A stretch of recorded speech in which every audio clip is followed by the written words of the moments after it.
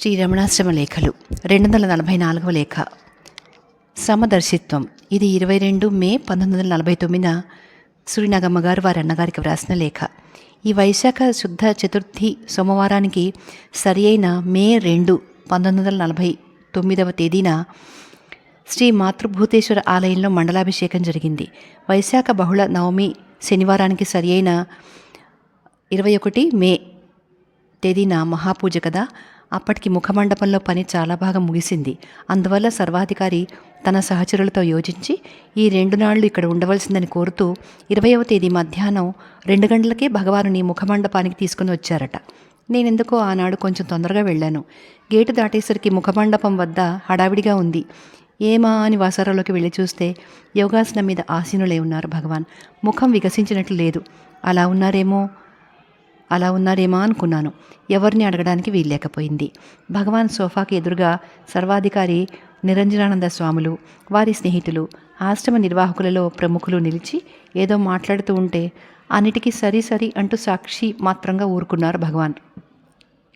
ఈ సందర్భంలో లోపల ప్రవేశించడానికి జంకి వాసారాలోనే నుంచున్నాను. భగవాన్ కిటికీ సందులలో నుండి నేను రావడం, లోపల ప్రవేశించేందుకు జంకటం చూస్తూనే ఉన్నారు. 10 నిమిషాలు అలా గడిచినాయి. తర్వాత ఆ జట్టంతా వెళ్ళిపోయారు. భగవాన్ సమీపంలో శివానంద మాత్రమే ఉన్నారు. నూతనులు 2-3 దూరంగా కూర్చున్నారు. భగవాన్ ఆ హాలు పైభాగము, పక్కనున్న చెక్కడాలు, ఎలక్ట్రిక్ బల్బులు, ఫ్యాన్లు అన్నీ పరకాయించి చూస్తున్నారు. ఇక తొందర లేదని లోపల ప్రవేశించి నమస్కరించి లేచానో లేదో భగవాన్ నా వైపు చూచి కరుణాపూరిత స్వరంతో, ఇదిగో చూచారా, నన్ను ఈ 4 గోడల మధ్య బంధించి వేశారు. ఎవరూ దగ్గరికి రాకుండా ఖైదు చేశారు. ఇక్కడికి ఎవరు వచ్చేందుకు సందులేదు చూడండి అంటూ రెప్పలు అల్లార్చి హాలు పైభాగం చూస్తూ, ఎక్కడా సందన్న మాటే లేదు. వారు అంటే ఉడతలు ఎలా రాగలరు అని సెలవిచ్చి ఎత్తిన మొహం దింపక అలాగే ఉండిపోయారు భగవాన్. నేను ఆ కరుణామూర్తిని చూసి స్తంభించినట్లు కొంచెంసేపు అలాగే నిలిచాను. ప్రక్కనున్న శివానందం అందుకుని, ఇక్కడుంటే వాన వచ్చినా ఎండ కాసినా భగవాన్ శరీరానికి బాధ లేకుండా భద్రంగా ఉంటుంది అని వారు అంటే సర్వాధికారి ఆశ అన్నాడు. తదేక దృష్టితో ఉన్న వారు అంటే భగవాన్ ఆ మాటకు ఉలిక్కిపడ్డట్టు కదిలి శివానందాన్ని చూస్తూ, సరేనయ్యా, మన సౌఖ్యం కొరకు చూస్తే వారందరికీ కష్టం కదూ. ఉడతలు, కోతులు, నెమళ్ళు, ఆవులు మొదలైనవి ఏవి కూడా ఇక్కడికి వచ్చేటందుకు లేదు. వారందరి నోట మట్టి కొట్టినట్లే కదూ. స్వామికి ఇదేదో సౌఖ్యమని అనుకుంటారు, ఏం చేసేది అని సెలవిచ్చారు. అప్పటికే శ్రీవారి కంఠం గద్గదిగా వహించింది. ఆ సేవకుడు అందుకుని, అవును, అది నిజమే, మనుషులు తప్ప పశుపక్షాదులు స్వతంత్రంగా వచ్చేందుకు లేదు అన్నాడు. భగవాన్ మాట్లాడలేదు. మరి కొంచెం సేపటికల్లా ధనికులైన కొందరు భక్తులు వచ్చి భగవానుకు ఎదురుగా కూర్చున్నారు. వారి వెనుకనే 1-2 దరిద్రులు వచ్చి లోపల ప్రవేశించుటకు జంకి కిటికీ సందుల నుండే భగవాను చూస్తున్నారు. శ్రీవారు అది గమనిస్తూ ఆ సేవకుని ఉద్దేశించి, ఇదిగోనయ్యా, అటు చూడు, మనుషులు వచ్చేందుకు వీలున్నదన్నావు కదా, వారు మాత్రం అంతా వచ్చేందుకుందా? లైట్లు, ఫ్యాన్లు, కటకటాల తలుపులు మొదలైన అట్టహాసంతో ఉన్న ఇటువంటి కట్టడాలను ధనవంతులు సహజంగా చూస్తూ ఉంటారు కనుక చట్టం లోపలికి వస్తారు.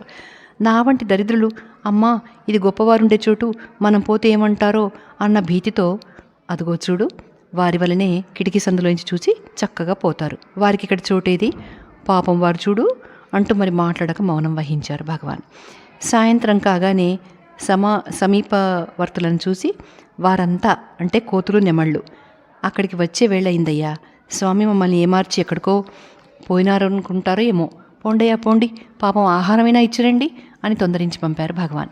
వారు వెళ్ళి ఆహారం ఇచ్చి రాగానే, ఏమి అందరికీ ఇచ్చారా అని అడుగుతూ స్వామి మమ్మల్ని ఇక్కడ వదిలేసి తాను మాత్రం సుఖంగా అక్కడ కూర్చున్నాడు, మమ్మల్ని మర్చిపోయినారు అని అనుకున్నారో ఏమో, వారు ఇక్కడికి వచ్చేటందుకు లేదా, ఏం చేసేది అని గద్గద కంఠులైనారు భగవాన్. తమ సన్నిధికి పశుపక్షాదులలో ఏవీ రాని వారు అంటారే కానీ అలక్ష్యంగా చూడడం లేనిలేదు. సేవకులు ఎవరైనా వాటిని అనాదరణగా చూస్తే సహించక అవే చేష్టలు. పైన కప్పుకున్న తోలు చూస్తారు కానీ లోపలున్న వారిని గమనించరు. తాము గొప్పవారని, వారు కొద్దివారని వారినేమో తరిమి చూస్తారు. మనం వచ్చినట్లే వారు వచ్చారు, మనకు వచ్చినట్లే వారికి వస్తుంది, మనకున్న హక్కు వారికి మాత్రం ఎందుకు లేదు అని మందలిస్తూ ఉంటారు. అందువల్ల ఆస్థాన మండపం వలె లైట్లు, ఫ్యాన్లు, ఇనుప కటకటాల తలుపులు, పోలీస్ కాపలా మొదలైన అట్టహాసంతో ఉన్న ఆ హాల్లో తిర్యక్ జాతులకు, దరిద్రులకు తావు ఉండదు అన్న జాలి కలగడంలో ఆశ్చర్యమేముంది? సమదర్శిత్వం శ్రీవారికి సహజ లక్షణం కదా. ఇట్ల సోదరి. దీంతో 244వ లేఖ పూర్తయింది. 245వ లేఖ భూతదయ. ఇది 23 మే 1949 వ్రాసిన లేఖ. 1946లో ఒక దినం మధ్యాహ్నం 2ంటికి ఆశ్రమంలో వండిన జంతికలు భక్తులందరికీ పంచిపెట్టి భగవాన్కు ఇచ్చారు. భగవాన్ అవి తిని నీళ్లు తాగి బయటకు వెళ్ళి వచ్చిన తర్వాత సోఫా పక్కన ఉన్న కిటికీ వద్దకు కొన్ని కోతులు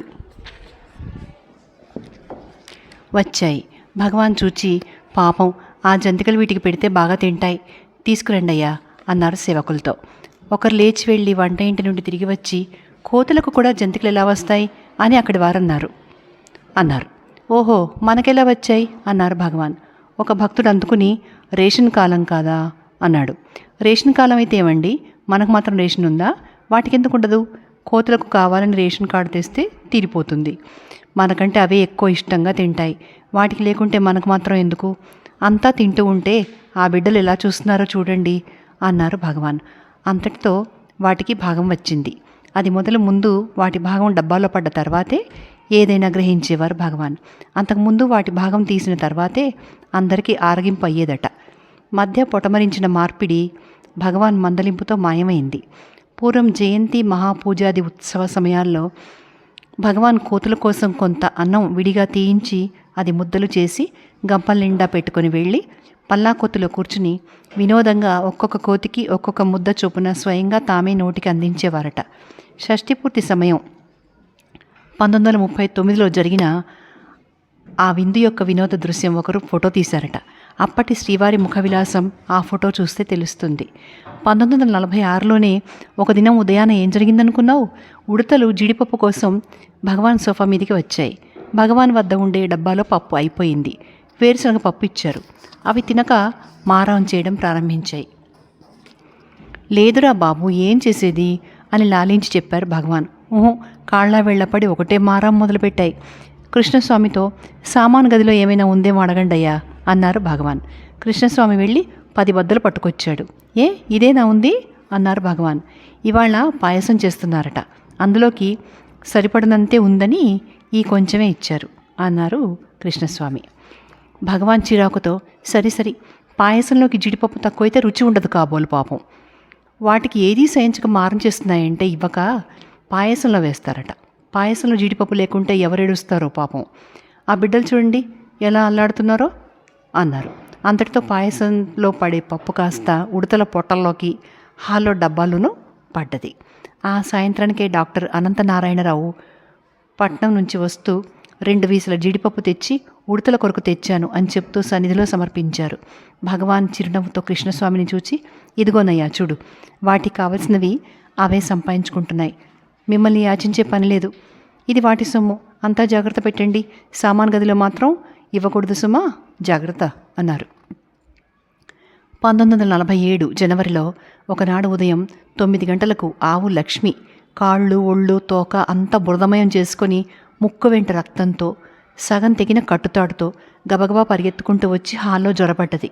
నేను హాలు వెలుపల వసారాలో ఉన్నాను. ఆమె ఏకాయికి భగవాన్ సోఫాకు దగ్గరగా వెళ్ళింది.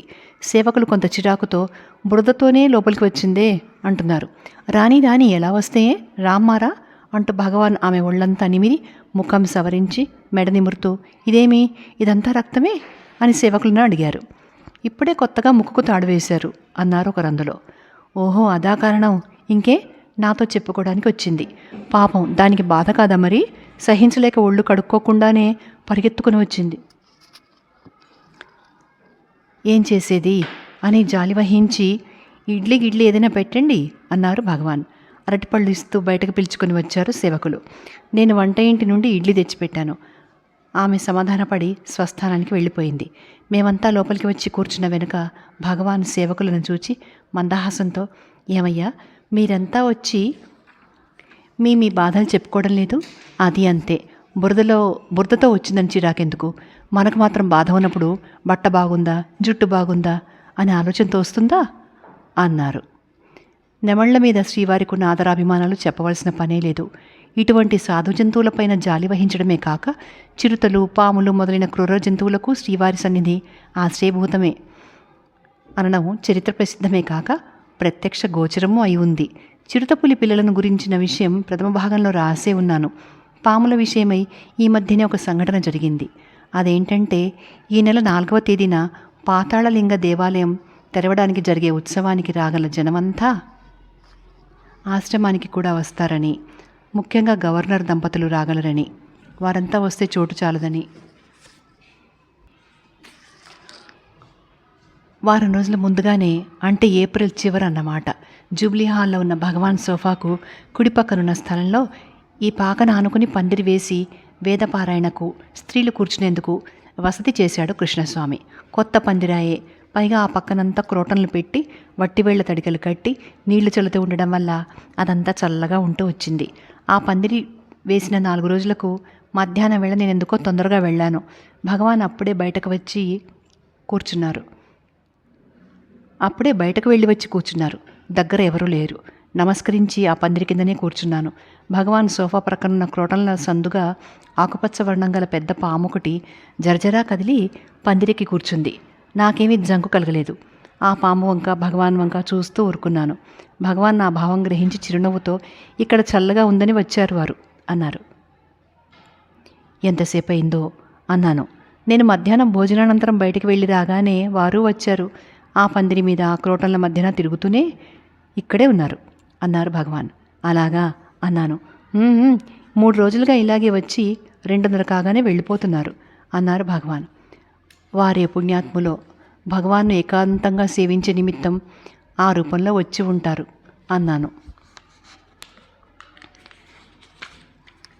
నేను ఆ మాట అంటూ ఉండగా కృష్ణస్వామి వచ్చి, ఏమోనమ్మా, నిత్యం వస్తోంది, భగవాన్ తరమరాదంటారు అన్నాడు. వస్తే మనల్ని ఏం చేస్తారయ్యా అన్నారు భగవాన్. మనల్ని ఏమీ చేయలేదు, 10 మంది వచ్చిపోయే చోటాయే, ఉపద్రవం కాదా అన్నాడు కృష్ణస్వామి. 2:30కు పోతున్నారుగా అన్నారు భగవాన్. ఇప్పుడంటే సరే, సందడి రోజుల్లో ఎప్పుడంటే అప్పుడే జనం వస్తారు అన్నాడు కృష్ణస్వామి. ఓహో, అదా నీ సందేహం అంటూ ఆ పాము వైపు, నా వైపు చూచారు భగవాన్. నేను అలాగే ఆ పాము వంక, భగవాన్ వంక చూస్తూ, వారు భగవాన్ సేవ కొరకే వచ్చి ఉంటారు కానీ ఈ చొక్కాతో వస్తే జనసామాన్యం వల్ల వారికి, వారి వల్ల జనసామాన్యానికి అలజడిగా ఉంటుందేమో అన్నాను. అది సరి అంటూ క్షణమాత్రం అచంచలమైన అనుగ్రహ దృష్టితో ఆ పాము వైపు చూచారు భగవాన్. అంతవరకు మా మాటలన్నీ వింటూ కదలక నిలిచిన ఆ పాము శ్రీవారి అనుగ్రహ దృష్టిలో ఏ ఆశయాన్ని గుర్తించిందో కానీ జర్జరా పందిరి దిగి పోదోటలో దూరి అదృశ్యమైంది. గడియారం టంగున 1 గంట కొట్టింది. భక్తులందరూ వరుసగా వచ్చి ప్రణమిల్లసాగారు.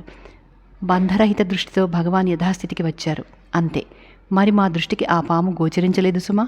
భగవాన్ సన్నిధి తిరియక జాతులకే కాక అబలలకు, దరిద్రులకు కూడా సదా ఆశ్రయభూతమేనని తెలియజేసే సంభవాలు ఎన్నో ఉన్నాయి.